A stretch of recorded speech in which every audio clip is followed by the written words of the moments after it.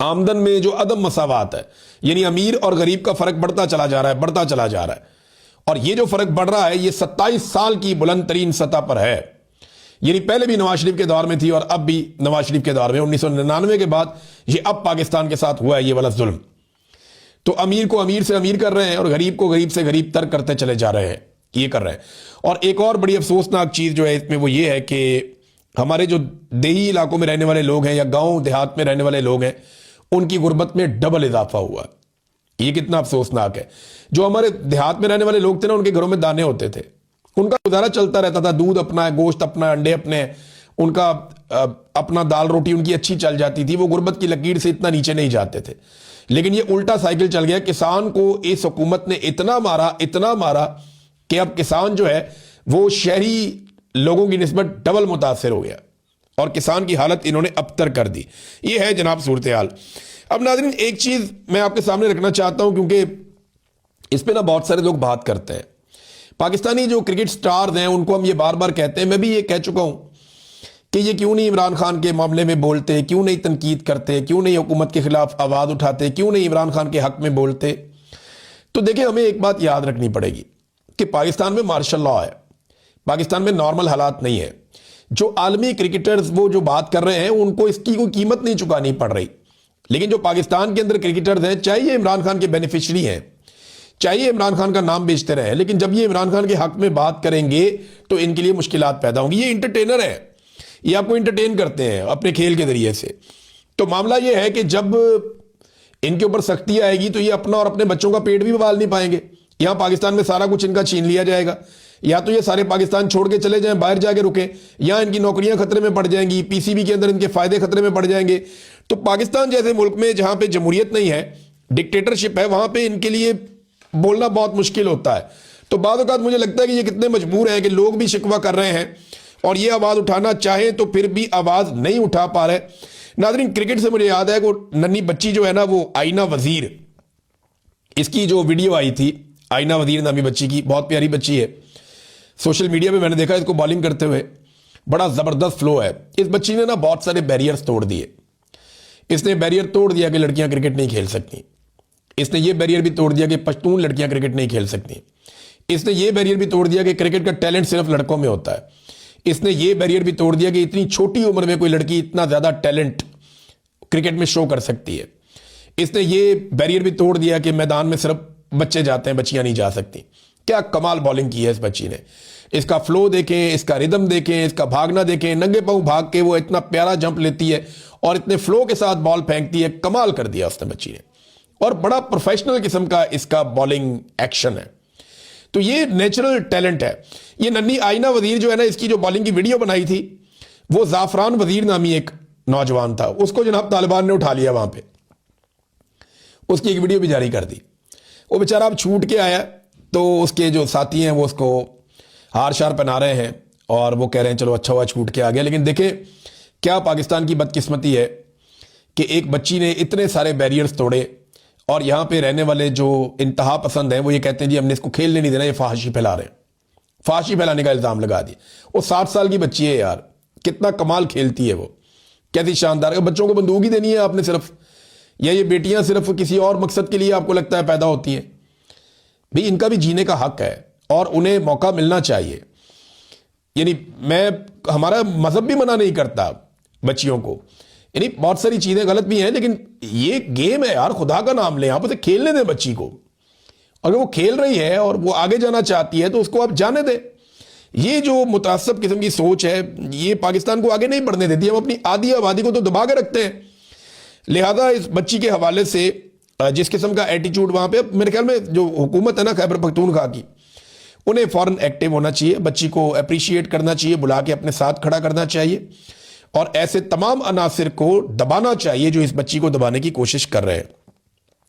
اچھی بات یہ ہے کہ جو آفریدی صاحب ہیں، جاوید آفریدی، انہوں نے اس کو اپنا یونیفارم پہنایا اور وہ بچی لکھ بھی رہی تھی، پڑھ بھی رہی تھی، اس کو پڑھنے کا شوق ہے، کھیلنے کا شوق ہے.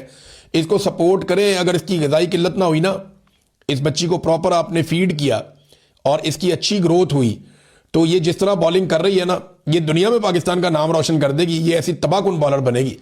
یہ میں آپ کو آج کہہ رہا ہوں اور یہ ثابت بھی ہو جائے گا ایک دن اگر آپ نے اس بچی کے اوپر محنت کی تو. میں چیلنج کرتا ہوں دنیا کے اندر اس عمر کی بچی کا ایسا ٹیلنٹ آپ نکال کر مجھے کہیں پہ دکھا دیں. شاندار ہے ماشاءاللہ. ناظرین جبری طور پہ گمشدگیوں کی بات ہو رہی تھی کیونکہ یہ بیچارہ جو کیمرہ مین تھا اس کو بھی جبری طور پہ اٹھا لیا گیا جس نے ویڈیو بنائی تھی. تو دو لوگ اور اٹھائے گئے ہیں. ایک حمزہ خان صاحب ہیں جنہیں جبری طور پہ لاپتہ کیا گیا. یہ کینیڈا سے آئے تھے پاکستان میں اور یہ پی ایچ ڈی کر رہے تھے حمزہ خان صاحب. اور کیونکہ دیکھیں پی ایچ ڈی کے لیے آپ کو تحقیق کرنی پڑتی ہے, آپ کو اپنا ایک باقاعدہ تھیسس لکھنا ہوتا ہے. تو انسانی حقوق اور سیاسی اسلام پر لبرل نقطہ نظر پر فیلڈ ریسرچ کے لیے پاکستان کا سفر کرنے والے کینیڈین شہری ہیں. یہ ٹورنٹو یونیورسٹی کے اسٹوڈنٹ ہیں. یہ پی ایچ ڈی کی تحقیق کر رہے تھے حمزہ خان. یہ جناب ان کو اغوا کر لیا گیا پاکستان میں. انہوں نے ملاقاتیں کی تھی ماہرین تعلیم سے, کچھ لبرل لوگوں سے ملے تھے, وکلا سے ملے تھے, کارکنوں سے ملے تھے, اور جن لوگوں کو بدسلوکی کا نشانہ بنایا گیا پاکستان میں ان سے بھی انہوں نے ملاقاتیں کی گئی. اس کے بعد ان کو اٹھا لیا گیا. یہ پاکستان میں حالات ہے. حمدان نامی شہری بلوچستان کے, ان کے ساتھ بہت ظلم کیا گیا پاکستان میں. اب حمدان کی والدہ کی میں وہ دیکھ رہا تھا, ان کی میں آواز سن رہا تھا, بہت تکلیف دہ آواز ہے, یعنی وہ دل کو جھنجھوڑ رہی ہے. بڑی تکلیف والی بات ہے. یہ نوجوان جو ہے وہ ایک طالب علم تھا تعلیمی ادارے میں. اس کو جناب پہلے اٹھا لیا گیا, اغوا کر لیا گیا. بعد میں جناب اس کا نام جو ہے جبری طور پہ لاپتہ افراد کی فہرست میں بھی آ گیا تھا. پھر کبھی پیش کرتے ہیں, ایک اور نوجوان ہے اس کو پیش بھی کیا, پھر اس کی لاش مل گئی. اب یہ گزشتہ چند دنوں سے لاشیں ملنا شروع ہو گئی ہیں اور بہت سارے لوگ بلوچستان سے رابطہ کر کے یہ کہہ رہے ہیں کہ بلوچستان میں جن نوجوانوں کو جبری طور پہ لاپتہ کیا گیا تھا اب ان کو قتل کرنے کا آغاز کر دیا گیا ہے بدقسمتی سے. یہ باتیں بلوچستان میں کی جا رہی ہیں. دیکھیں پاکستانی ایک طرف کتنا وہ تڑپ رہے ہیں, کتنا ترس رہے ہیں زندہ رہنے کے لیے, ان کو حقوق نہیں مل رہے پاکستانیوں کو. ایک طرف پاکستانی کتنی تکلیف میں ہے, دوسری طرف اسی پاکستان کے اندر ایک ٹک ٹاکر ہے, اس نے اپنے انجوائمنٹ کے لیے جہاز منگا لیا 11 ارب روپے کا. اندازہ کریں آپ. تو اس پاکستان کے اوپر پھر کون بھروسہ کرے گا؟ یعنی ایک اشرافیہ ان کے لیے پاکستان کچھ اور ہے, وہ غریب عام لوگ ہیں ان کے لیے پاکستان کچھ اور ہے. وہ جہاز کے اندر بیڈ روم بھی ہے, میٹنگ روم بھی ہے, صوفے بھی لگے ہوئے ہیں. دنیا کا لگژری ترین جہاز منگوا لیا اپنی موج کے لیے. ویلنٹائن طیارہ اس کو نام رکھا گیا اب, کیونکہ ویلنٹائن کے دنوں میں آیا. اور دیکھیں کوئی سوال پوچھنے والا نہیں ہے, کوئی بات کرنے والا نہیں ہے. یہاں پہ رمضان کے اندر انہوں نے افطاری کروائی ہے تو وہ ہر چیز کے اوپر, شکر ہے کھجور کے اوپر انہوں نے اپنی تصویر نہیں لگا دی. ایسا فوبیا ان کو, ایسے ذہنی مریض ہیں یہ لوگ, ہر چیز کے اوپر, دروازے کے اوپر, دیوار کے اوپر, دسترخوان کے اوپر, ڈبے کے اوپر, ہر چیز کے اوپر اپنا فوٹو چپکا دیا. اس قسم کے یہ ذہنی مریض پاکستان کے اوپر مسلط ہو چکے ہیں اور کوئی پاکستان کا میڈیا اس پہ بات کرنے کے لیے تیار ہی نہیں ہے. میڈیا اس پہ آواز اٹھا ہی نہیں پا رہا. ناظرین جاتے جاتے میں ایک چیز آپ کو بتا دوں کہ ایران کے حوالے سے نا امریکہ بڑے سنجیدہ اقدامات کر رہا ہے.